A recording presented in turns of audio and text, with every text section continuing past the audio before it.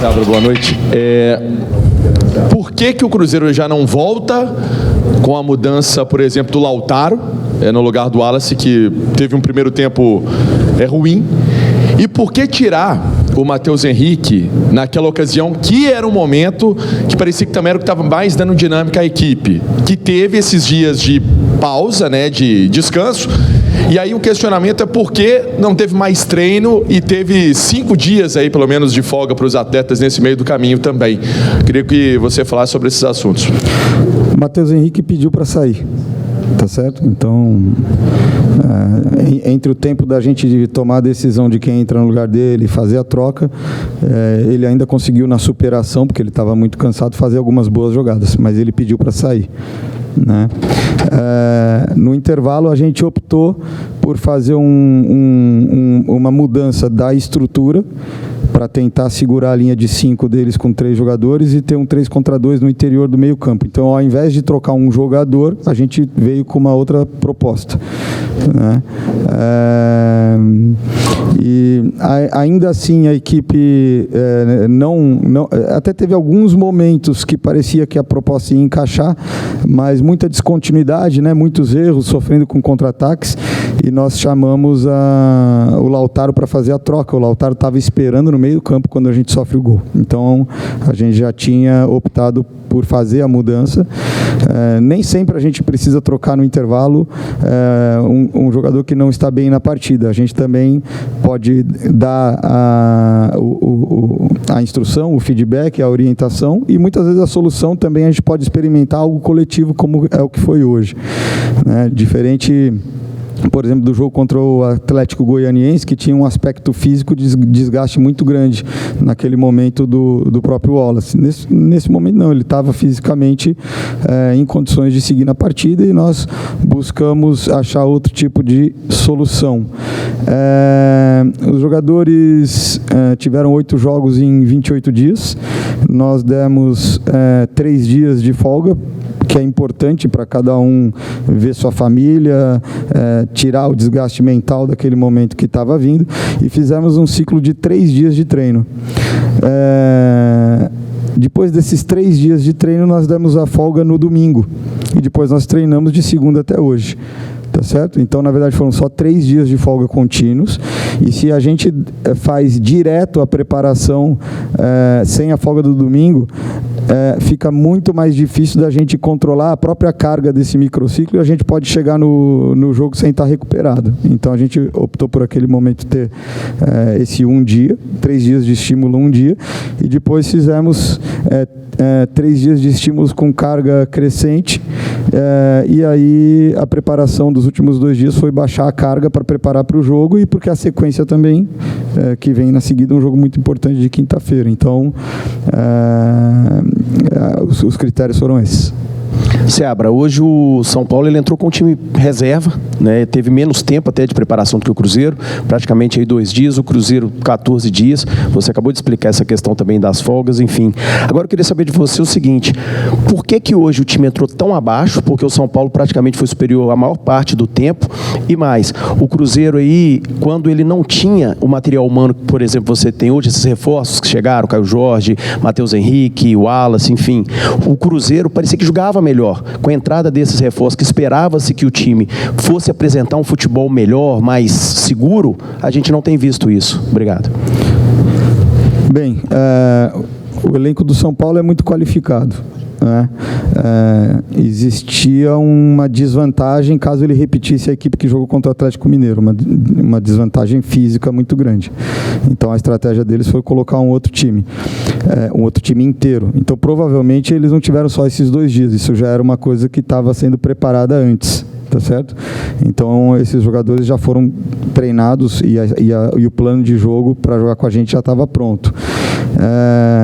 Um fator que causou um pouco de dificuldade para a gente no início do jogo foi a questão da linha de 5, né? Era algo diferente que a gente não esperava para esse jogo, e tínhamos vantagem no interior do meio campo, em alguns momentos conseguimos chegar em situação de linha de fundo, mas o São Paulo defendeu muito bem a área, e faltou a gente pesar um pouco mais a área para tornar aquelas chegadas que a gente teve algo efetivo que ameaçasse o gol do São Paulo.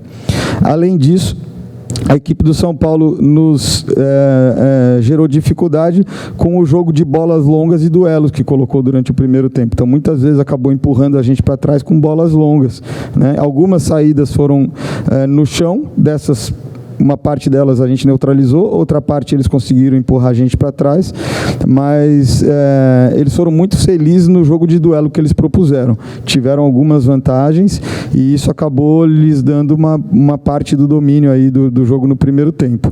E também algumas chegadas agudas dentro da nossa área, que geraram finalizações de canto, que foram muito perigosas, né?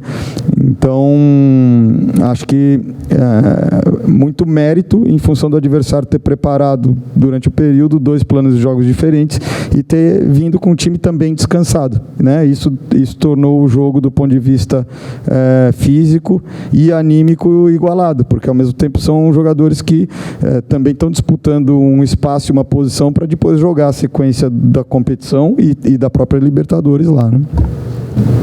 Seabra, o Cruzeiro vinha mal antes dessa parada. O último jogo bom do Cruzeiro foi contra o Botafogo. A torcida cobrava muito isso. Venceu o Atlético Goianiense. Precisava vencer. Você frisava muito sobre essa parada, que o Cruzeiro precisava dessa parada. Está chegando momentos decisivos. Tem jogo importante contra o Libertad, tem a sequência do Campeonato Brasileiro. Hoje, tirando o Cássio, todo o time foi muito abaixo, sem criatividade, e o ataque não funcionou. Como que trabalhar para essa sequência pesada de jogos que são importantes, e queria que você falasse sobre as vaias que a torcida teve gritando seu nome no final do jogo. Eu tenho que saber assimilar, respeitar e concordar com o sentimento da torcida. Acho que é isso. O time não foi bem coletivamente, nem individualmente. Eu estou à frente do processo e eu me sinto frustrado por não ter entregue uma qualidade de jogo melhor para a torcida. Dou toda a razão para a torcida nesse sentido. A outra parte da pergunta? Como trabalhar. Como trabalhar. Nós também tivemos nesse período aí uma entrada progressiva de alguns jogadores nos treinos, né? Então o Veron voltando de lesão, o Lautaro voltando de lesão, depois o Lautaro teve um aspecto pessoal que ele acabou também iniciando a semana sem fazer 2 sessões. Então nós iniciamos com aqueles jogadores que estavam com um lastro maior, tá certo? E aí vamos ter o acréscimo desses jogadores que também hoje retornaram e conseguiram ter alguns minutos para ganhar ritmo de jogo, que vai ser importante para a gente. Então esse é um ponto que nós vamos ter a nosso favor, que é a inserção desses jogadores. Além disso, é trabalhar em cima daquilo que aconteceu de bom e de ruim hoje, associar com aquilo que a gente já tinha visto de bom e de ruim nos treinamentos e fazer o processo de dar as informações, dar o feedback, fazer as correções e trabalhar para melhorar no próximo jogo. Ô Seabra, você falou dessa linha de 5 do São Paulo que acabou, de certa forma, surpreendendo um pouco o Cruzeiro. Você teve um intervalo ali para poder pensar, já que no primeiro tempo o Cruzeiro não foi bem, né? O São Paulo foi superior ao Cruzeiro nesse primeiro tempo. Acho que no intervalo não seria talvez o melhor momento? Esperou? Não, na verdade, quando a gente viu a escalação deles, a gente já sabia que seria, né? E aí, antes de ir para o aquecimento, a gente já fez o ajuste de algumas coisas que a gente tinha que tomar cuidado e aproveitar. Então, a gente conseguiu, em alguns momentos, aproveitar o espaço por dentro no primeiro tempo. Algumas coisas aconteceram. Mas, principalmente, o lado direito dele estava conseguindo abordar as nossas recepções por fora e roubar a bola de frente, sair em contra-ataque. E aí, no intervalo, a gente mudou justamente isso. Voltou com a ideia de ter o Matheus aberto de um lado, o Vitinho do outro, para segurar essa linha de 5 e ter a vantagem de 3 contra 2 no interior do meio campo. Então também foi colocado. Como eu disse, a proposta em alguns momentos pareceu que ia funcionar, só que a gente começou a tomar muito contra-ataque e eu já fui fazer a alteração do Lautaro, acabamos tomando o gol. Se tivesse uma continuidade na pergunta, pode ficar à vontade. Valeu. Seabra, boa noite aqui. Você, em algumas oportunidades passadas, falou sobre essa questão do tempo de treinamento, né? Que o Cruzeiro precisava de mais tempo para poder implementar jogadas, principalmente depois desse mês ruim que teve. E agora teve esse tempo, mas o time não conseguiu jogar bem. O que explica não jogar bem mesmo com esses 10 dias de treinamento e também o que fazer para que isso não se repita a partir de agora? Obrigado. precisamos dar continuidade no trabalho, analisar o que foi o desempenho, analisar o jogo, fazer as correções, tanto dos aspectos coletivos também quanto dos aspectos individuais, para que a gente consiga apresentar uma qualidade de jogo melhor, um jogo mais ajustado, né? Então, é nesse sentido que a gente tem que fazer.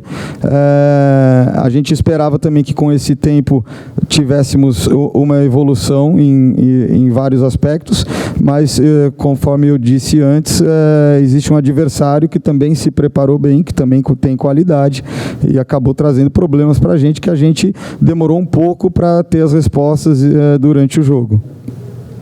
Seabra, boa noite. Até voltando na pergunta do colega aqui a respeito daquele jogo do Botafogo, a gente pergunta isso porque foi o último jogo que o Cruzeiro de fato jogou bem, de fato dominou o adversário.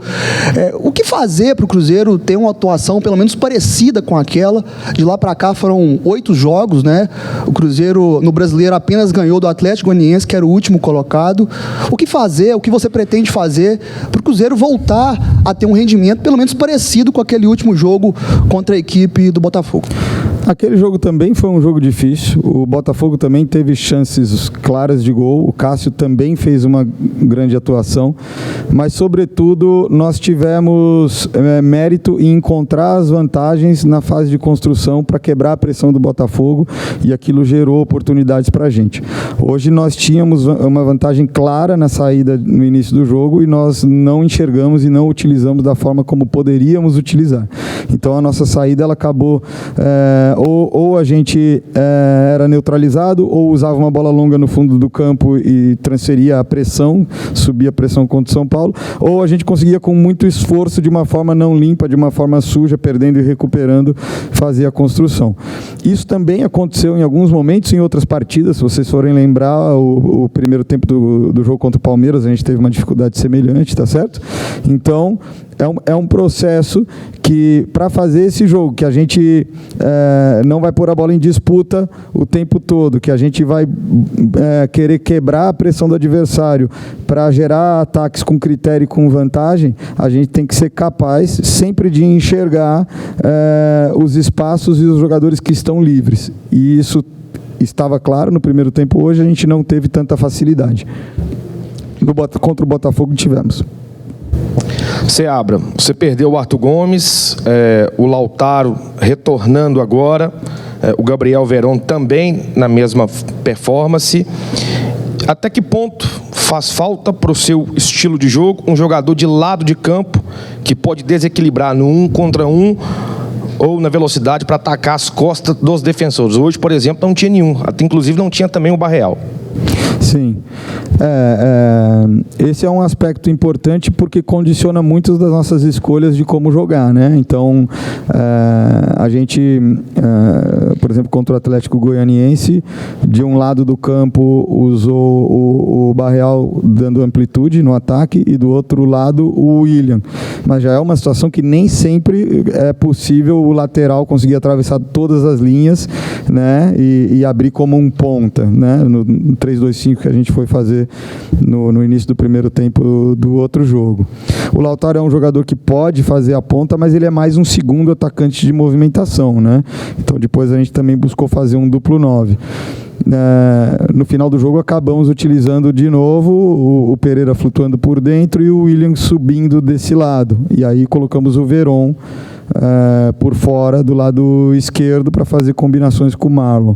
Então realmente esse é um ponto que com essas saídas a gente perdeu um pouco de opções de jogadores para fazer essas jogadas. Nós temos os meninos da base para ir inserindo e quando for oportuno colocar. O Kenji infelizmente teve uma lesão, acho que não vai ter um retorno tão rápido, embora também não seja de uma gravidade importante, e precisamos ir preparando o Tevez para ser uma opção de um jogador que é capaz de fazer esse tipo de situação nas pontas. Seabra, boa noite. Queria te fazer uma pergunta em cima das suas próprias falas das últimas coletivas. Sem querer ser redundante, que os amigos já falaram, mas você foi um cara que bateu muito na tecla sobre ter tempo para treinar. Foram 14 dias, do jogo domingo 11 horas da manhã, que terminou uma, até a representação de quinta-feira 4h30, são mais de 4 dias. Tinha treino programado para o domingo e os jogadores foram liberados. Por mais que tivesse ali um cansaço físico, esse tempo não poderia ser usado para estudar uma tática, uma recomposição, um auditório, uma conversa, uma reunião, já que foi tanto pedido esse tempo. E outra coisa, eu queria entender o seguinte: por que não mantém o que está dando certo e corrige o que está dando errado? Por exemplo, o Caio Jorge no jogo contra o Atlético Goianiense, com mais presença de área, ele fez um gol, deu uma assistência, hoje já estava jogando um pouco mais deslocado. O Matheus Henrique, que joga bem por um lado, foi deslocado pro lado inverso que ele está acostumado a jogar. A mesma coisa o Vitinho, que joga mais pela esquerda, hoje pela direita. Por que tantas alterações nesse sentido? O Matheus Henrique, ele tem a capacidade de fazer o médio dos dois lados, mas o lado de preferência dele é o esquerdo. Embora ele faça muito bem o lado direito, ele pessoalmente prefere o esquerdo, mas para ele não tem diferença. O Vitinho é um jogador acostumado a jogar seja de médio dos dois lados, seja na ponta dos dois lados, né? A gente tinha também a intenção de, no início do jogo, ter um ponta na direita para controlar as subidas do William e o Romero poder movimentar, ou baixando para o William subir e o Vitinho rodando por dentro, tá certo? Ou o William sustentando e o Romero abrindo atrás do extremo do São Paulo, né? Então, até como uma forma de controlar o William, porque o William teve a questão da seleção e teve, como é normal quando vai para a seleção, uma carga de treino muito baixa.